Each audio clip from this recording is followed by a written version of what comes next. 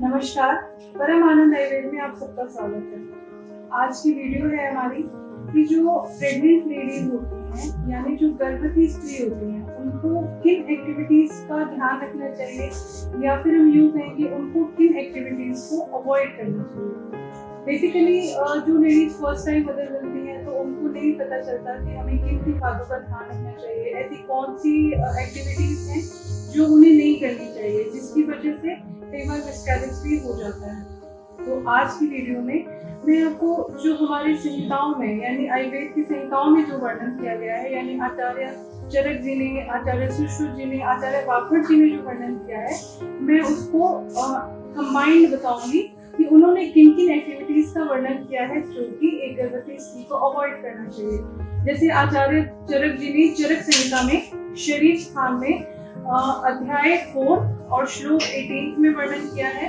आचार्य सुश्रुत जी ने सुश्रुत संहिता में 10th अध्याय में 3rd श्लोक में वर्णन किया है शरीर स्थान में, और आचार्य वाग्भट जी ने अष्टांग हृदय में शरीर स्थान में 1st अध्याय में 44th श्लोक में इसका वर्णन किया है। तो आइए देखते हैं कि ऐसी कौन सी एक्टिविटीज हैं जो कि आचार्यों ने मना किया है गर्भवती स्त्री को करने के लिए। उत्कट विषम कठिनासन सेवनिया, वात मूत्र पुरुष वेगानुकूल नगत्या, दारुण अनुचित व्यायाम सेवनिया, तीक्ष्णोष्टा तीमात्र सेवनिया, पुरामिताशन सेवनिया, गर्भो मृण्यन्ते तथा अभिगात प्रभिनय देशावलोकनय वाट अभिक्षणम मातु प्रपत्य काले गर्भा तथा अतिमात्र संशोभी वीर्या नैरेणेम अप्रियाते मात्र श्रवण नैर्वा। ये जो श्लोक बताया है मैंने, तो इसमें मैं एक एक करके आपको बताती हूँ कि क्या क्या मतलब है इसका, और एक एक लाइन में क्या कहा गया है, ऐसी कौन सी एक्टिविटीज बताई गई है। तो जो सबसे फर्स्ट लाइन है उसमें ये बताया गया है कि किसी भी स्त्री को बहुत ही कठिन या फिर बेसिकली हम ये कहें कि बहुत ही हार्ड कोई जगह है या फिर कोई ऐसी जगह जो बहुत उबड़ खाबड़ सी है, असमतल है, बैलेंस नहीं है, वहां पे नहीं बैठना चाहिए। उसके अलावा जब भी कोई स्त्री बैठती है तो उसको जो उसकी स्पाइन है वो स्ट्रेट होनी चाहिए, यानी जो उसकी रीढ़ की हड्डी है वो स्ट्रेट होनी चाहिए। क्यों?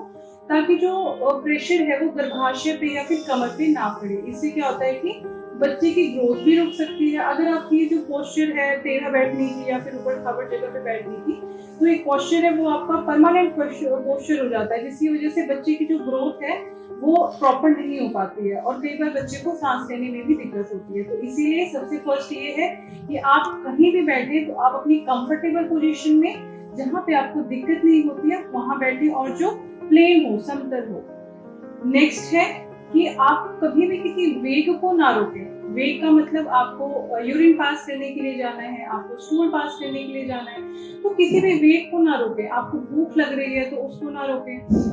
जैसे बेसिकली आप अगर मान लीजिए आपको यूरिन पास करने के लिए जाना है और आप उसको रोक रहे हैं, तो क्या होगा कि यूटीआई की प्रॉब्लम हो सकती है, यूरिनरी ट्रैक इन्फेक्शन यानी मूत्र संक्रमण। तो उससे क्या होगा कि आपको अलग से मेडिसिन भी लेनी पड़ेंगी, और दूसरा कई बार यूटीआई की वजह से मिसकैरेज भी हो जाता है। दूसरा, आप यूरिन रोकते हैं तो ब्लैडर यानी जो मूत्र का स्थान है, तो वहां पे क्या होगा कि प्रेशर पड़ेगा, उसकी वजह से गर्भाशय पे भी प्रेशर पड़ेगा। तो इसीलिए आप कभी भी मूत्र के वेग को ना रोकें। मल के वेग को रोकने से क्या होता है, अगर आपको स्टूल पास करना है और आप वेग को रोक रहे हैं तो एक तो आपका पेट साफ नहीं होगा, उससे आपका मन भी काफी चिड़चिड़ापन रहेगा आपके अंदर, और आपको भूख नहीं लगेगी, जो कि शिशु के लिए बिल्कुल भी सही नहीं है। तो इसीलिए आप कभी भी कोई भी वेग आता है आपको तो आप उसको कंट्रोल मत कीजिए, इससे आपको प्रॉब्लम्स हो सकती हैं। थर्ड वन क्या है कि आपको अत्यधिक शारीरिक व्यायाम या फिर कोई भी ऐसी एक्टिविटी नहीं करनी है जो कि आपको एग्जॉस्ट कर देती है।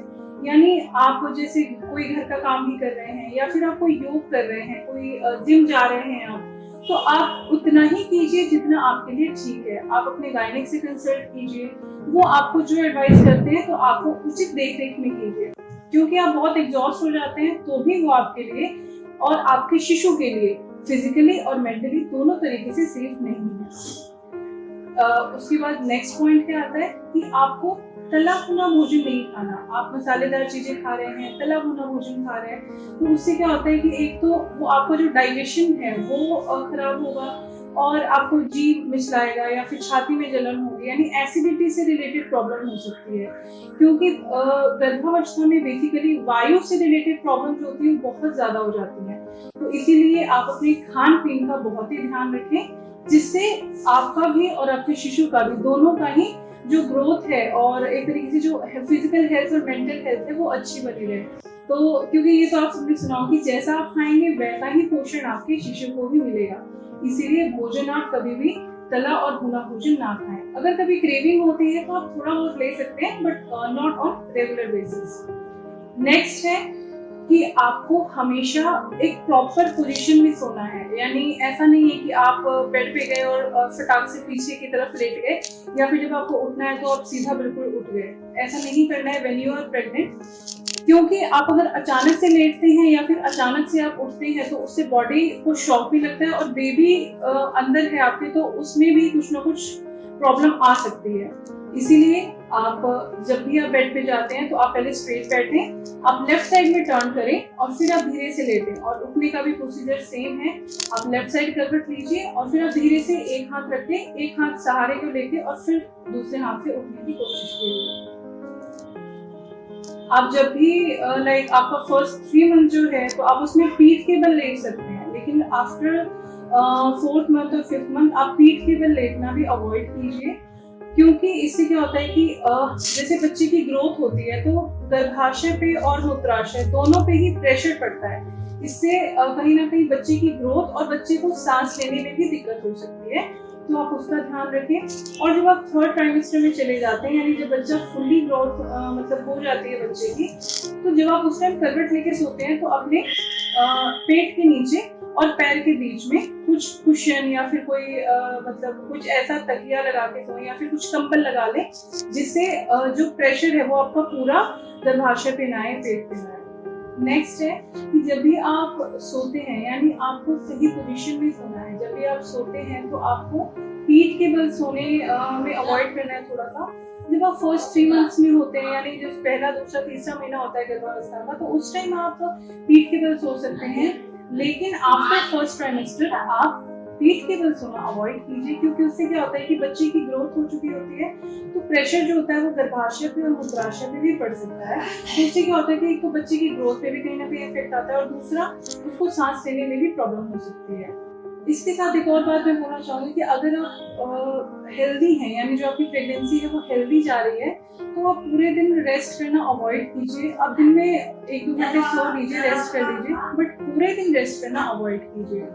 और अगर आपको बैठने में, सोने में काफी ज्यादा पेन होता है तो फिर आप अपने गायनिक से भी कंसल्ट कीजिए, वो आपको कुछ योग या फिर कुछ एक्टिविटीज भी बताएंगे जिससे आपको जो पेन होता है, बैक पेन या फिर स्पाइनल पेन, उसमें कुछ रिलीफ मिलेगा। नेक्स्ट पॉइंट आता है कि आप चोट लगने से बचें, यानी आप ऐसी जगह ना जाएं जहां बहुत भीड़ हो, या फिर आप ऐसी जगह चलना अवॉइड करें जहाँ पे कुछ ऐसी चीजें हैं जहाँ पे आप गिर सकती हैं, आपको चोट लग सकती है, तो ऐसी जगह पे जाना अवॉइड करें और ऐसे एरिया में भी जाना अवॉइड करें।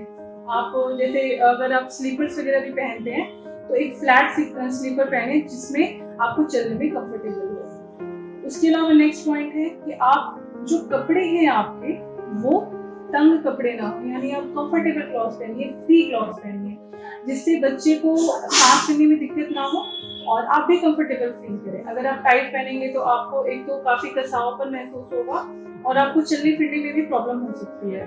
तो इसीलिए ऐसे कपड़े पहने जो कि तंग ना हो, फ्री हो। कॉटन के कपड़े अगर आप पहन सकते हैं तो बेस्ट है। इसके अलावा आप लॉन्ग ड्राइव, यानी आप काफी दूर ट्रैवल अवॉइड करें। आप अगर दूर ट्रैवल करते हैं तो आप अपने गाइड से जरूर कंसल्ट कीजिए, या फिर अगर बहुत इमरजेंसी सिचुएशन है तो फिर आप ऐसे गाड़ी में या फिर ऐसी मतलब अगर आप अपनी गाड़ी में जा रहे हैं तो आप कोशिश कीजिए कि आप गद्दा लगा लें उसमें, या फिर आप आराम से रिलैक्स करके वहाँ पे बैठ के लेट के जा सके, तो आप ऐसे आप ट्रैवल कर सकते हैं। नेक्स्ट जो सबसे लास्ट पॉइंट है कि आप ऊंची आवाज में ना ही बात करें और ना ही ऊंची आवाज को सुने। जैसे क्या होता है कि जैसी चीजें हम सुनते हैं वैसा ही बच्चे पे उसका प्रभाव पड़ता है। तो आप कोशिश कीजिए कि आप एक तो अच्छी चीजें, यानी भजन है या फिर जो आपको अच्छा लगता है यानी जो स्मूथ सॉन्ग्स होते हैं या फिर जो भी आपकी फैमिली जो बोलती है आपको या फिर जो आपको अच्छा लगता है आप वो पढ़िए, वो सुनिए। उससे क्या होगा, और उसको स्मूथ वॉइस में सुनिए। इससे क्या होगा कि आपको भी इरिटेशन नहीं होगी। और कई बार क्या होता है कि जब आप बहुत हाई वॉइस में सुनते हैं, जैसे डीजे हो गया, आप किसी पार्टी में चले गए, या फिर कई बार हम हैंड्स भी अपने कानों में लगा लेते हैं जो कि बहुत हाई वॉल्यूम में सुनते हैं, तो वो भी बच्चे के लिए ठीक नहीं है। बच्चे का उससे हार्ट रेट काफी बढ़ सकता है, जो कि आपके लिए और आपके बच्चे के लिए दोनों के लिए ही ठीक नहीं है। तो आप इन चीजों का, मैंने आपको 9 पॉइंट्स बताए हैं, ये श्लोक में 9 पॉइंट्स कवर किए गए हैं। ये इसीलिए बताए गए हैं ताकि अगर आप गर्भवती हैं तो इन बातों का ध्यान रखिए।